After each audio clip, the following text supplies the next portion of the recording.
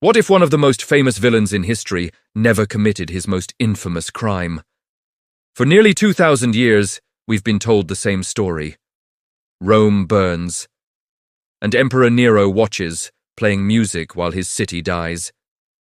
It's one of history's most unforgettable images, and it might be completely false. In 64 AD, a fire destroyed the heart of the Roman Empire, and in the chaos, Nero was blamed. But ancient sources themselves admit something shocking. When the fire began, Nero wasn't even in Rome. So was Nero the man who burned his own city? Or was he the perfect scapegoat for one of history's greatest disasters?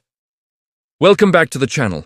Today, we're uncovering the truth behind one of ancient history's greatest myths. To understand the fire of 64 AD, we first need to understand the man at the center of the blame, Emperor Nero. He became emperor in 54 AD, a mere teenager at just 16 years old. His early reign, guided by his mother Agrippina, his tutor Seneca, and the Praetorian prefect Burrus, was actually seen as a golden age. He was popular, promising a return to more traditional Roman values. But as Nero grew older, he wanted more power and freedom. He clashed with his mother, eventually having her executed.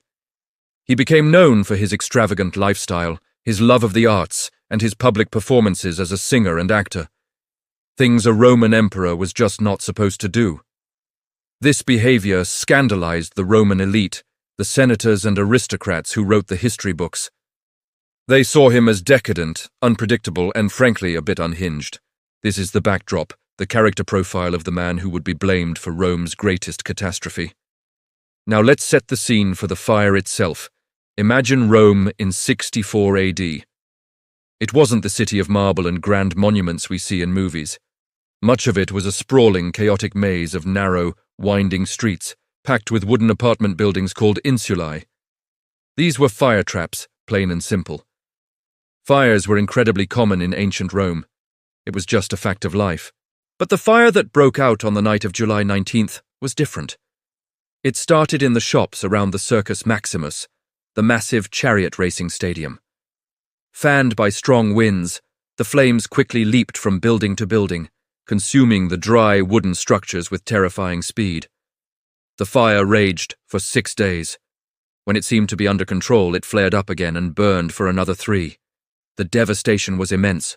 Out of Rome's 14 districts, only 4 remained untouched. 3 were completely leveled, and 7 others were left as smoking ruins. Temples, public buildings, and countless homes were destroyed. The human cost was staggering, with thousands dead and hundreds of thousands left homeless. The heart of the Roman world was a charred wasteland. The people needed someone to blame, and all eyes soon turned to their emperor. So, where was Nero when the fire started? According to the most reliable historian we have for this period, Tacitus, Nero was not in Rome. He was at his villa in Antium, about 35 miles away. When he heard the news, he rushed back to the city. Tacitus tells us Nero organized the relief efforts from his own pocket. He opened his palaces and public gardens to shelter the homeless. He brought in food supplies from neighboring towns and lowered the price of grain to prevent famine. These don't sound like the actions of a man who just gleefully burned down his own city, do they? Tacitus, who was no fan of Nero, even mentions the rumor that Nero sang about the fall of Troy while watching the fire from his palace tower, but he presents it as just that, a rumor, questioning its validity. The whole fiddling while Rome burned part?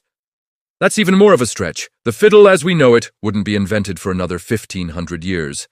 At most, he might have played a lyre, but even that is likely a dramatic embellishment added later to paint him as unfeeling and detached. So, if Nero's actions during the fire suggest he wasn't the culprit, why did the rumors start? Why did they stick? There are a few key reasons. First, the timing was incredibly suspicious. After the fire, Nero launched a massive and ambitious rebuilding project.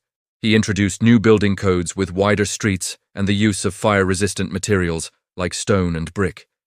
But the centerpiece of this new Rome was his own project, the Domus Aurea, or the Golden House.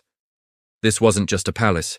It was a sprawling complex of buildings, gardens, and even an artificial lake built right on the land that the fire had conveniently cleared. To many Romans, it looked like Nero had destroyed the old city just to build his personal paradise. The sheer scale and opulence of the Domus Aurea, funded by heavy taxes on the provinces, only fueled the public's resentment and suspicion. Second, we have to consider the sources. The primary historians who wrote about Nero, like Tacitus, Suetonius, and Cassius Dio, were all writing decades after his death. They were members of the senatorial class, the very group that Nero had alienated with his populist appeal and autocratic style. They despised him for his artistic pretensions and what they saw as his tyranny. After Nero's death and the fall of his dynasty, the new ruling family, the Flavians, had every reason to tarnish his legacy to legitimize their own rule. Portraying Nero as a monster, a fire-starting tyrant, was a brilliant piece of political propaganda. It was an easy story to sell to a public that was already wary of his eccentricities. So if Nero didn't do it, who did? Or what did? The most likely answer is also the most boring one. It was an accident. Given the construction of ancient Rome, a massive fire was not a matter of if, but when. All it took was a spark in the right place on a windy night, and the result was inevitable. Some historians have proposed other theories, like radical political groups trying to destabilize the empire, but there's little evidence to support these claims. The accidental fire theory remains the most plausible explanation among modern scholars. However, Nero knew he was in trouble.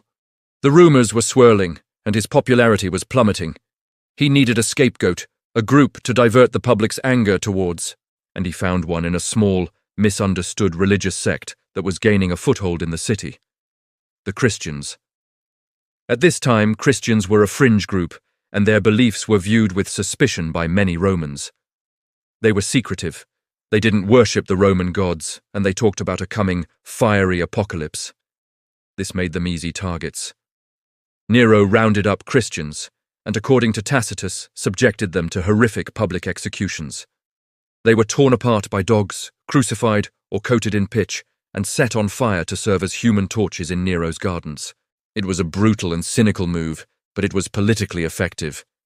It gave the Roman people someone to hate, shifting the blame away from the emperor. This act of persecution would have a profound impact, marking the first major clash between the Roman state and the nascent Christian faith, and cementing Nero's image as a villain for centuries to come. So, what's the verdict on Nero? Was he a monster who burned his own city for kicks? Probably not. The evidence suggests he was an opportunist, not an arsonist. He didn't start the fire, but he took full advantage of the situation to rebuild Rome in his own grandiose vision, and he ruthlessly scapegoated an innocent group to save his own skin.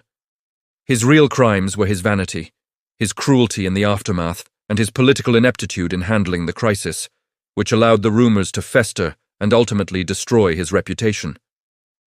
His reign ended in 68 AD when, facing rebellion and declared a public enemy by the Senate, he took his own life. His final words were reportedly, "Qualis artifex pereo," "What an artist dies in me," a fittingly dramatic end for one of history's most complex and theatrical characters.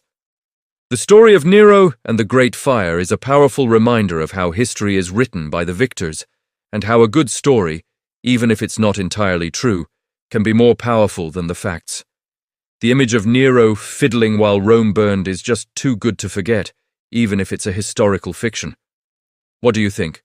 Was Nero framed, or was he a pyromaniac emperor? Let us know your thoughts in the comments below. We love hearing your theories and perspectives. And if you enjoyed this dive into Roman history, don't forget to hit that like button, subscribe to the channel, and ring the bell so you never miss another journey into the past. Thanks for watching, and we'll see you in the next video.